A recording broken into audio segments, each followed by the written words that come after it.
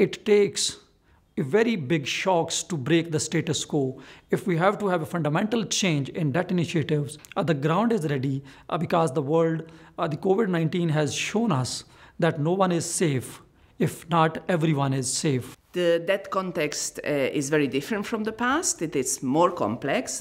We have more different creditors. We have countries with more debt and more diverse debt. We need better instruments, and we don't have them. The instruments in place are not fitted to provide not just a fair solution, but an orderly solution and a rapid solution for the countries. Sovereign debt restructurings are geopolitical negotiations, and they involve disputes of power. What we need is an international system for the resolution of sovereign debt crisis that has the representation not just of a few powerful creditor countries, but of all the countries in the world.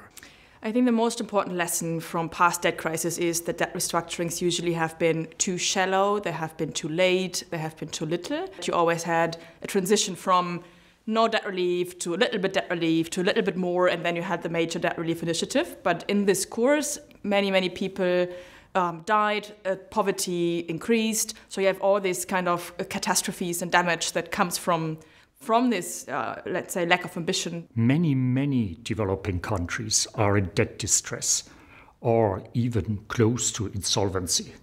And the future does not really look very good. If we don't do something now, the bill will get higher.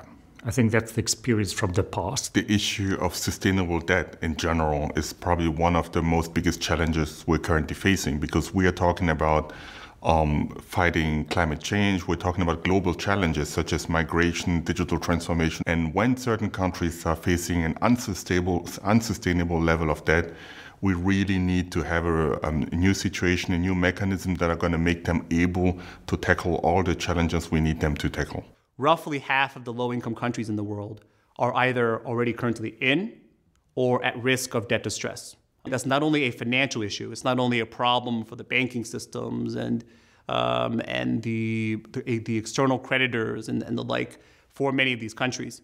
But in the end, it's a matter of people, and it's a matter of principle, that when countries have lack fiscal space, when they're unable to spend on their domestic populaces because of overbearing interest payments, whether those to domestic creditors or whether those to external creditors, that in the end means haircuts. In the past, most debt relief initiatives had the creditor's interest in mind.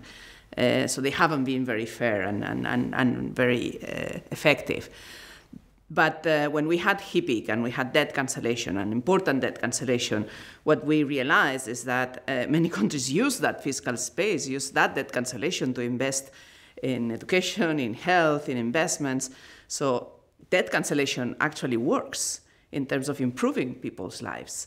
So any debt relief should include debt cancellation when it's needed in order to improve people's lives. When countries received relief under this initiative, the debt burden decreased substantially, and in most countries also the growth rate improved. There are lessons that we can learn from a domestic law perspective and drawing on existing practice that we can use to improve sovereign debt restructuring under domestic law, but there are also initiatives that should be adopted at an international level. And I believe for that purpose, we need to draw on existing practices, learning from the difficulties and challenges posed, for example, by voluntary participation, which is currently the case under the common framework. Here, I think we could draw on principles of insolvency law to solve those challenges. What we have is a set of incentives that leads to what we call the too little and too late problem, meaning that when a country enters into a situation of debt distress, it takes too long to initiate its resolution, and generally outcomes are deficient. In order to resolve this problem, We need the creation of an international mechanism for sovereign debt restructuring that realigns incentives of creditors and debtors. The main lesson from past debt crises is that any gains that have been made can very easily be reversed. We also see reversals of gains in access to information and access to the negotiating table. UNCTAD was an observer, hard-fought observer for the Paris Club in the 70s, currently not an observer in the new common framework.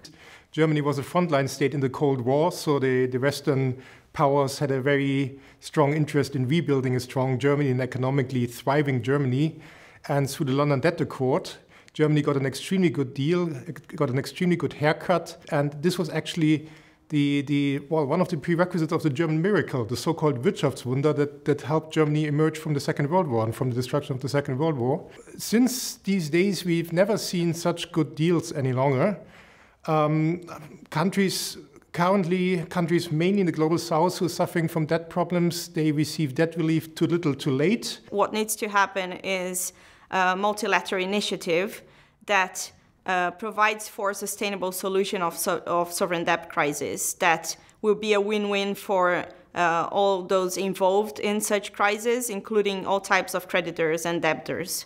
The general premise that we need to learn from is that tackling debt crises or in an overly limited fashion is self-defeating. It simply causes future debt crises that can evolve that are even more damaging for the countries themselves as well as their societies. While it is the government who borrows, it is the people of the country who pay back.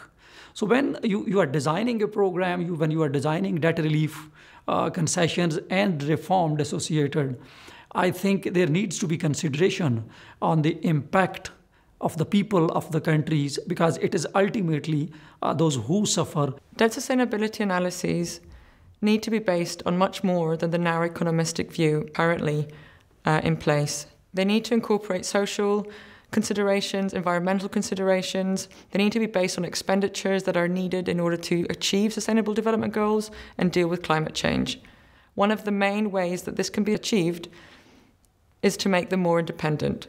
There is a huge conflict of interest in how DSAs are currently undertaken, and that can be redressed by including more legitimate players into the assessments. Solving the debt crisis is one of the key issues we have to address when we want to empower governments to serve their citizens, to provide public goods, and when we want to move forward with sustainable development. We need more private sector involvement. We need more structure. And we also need, let's say, to make it easier for certain countries to ask for help when they need help and not only to come when it's already too late.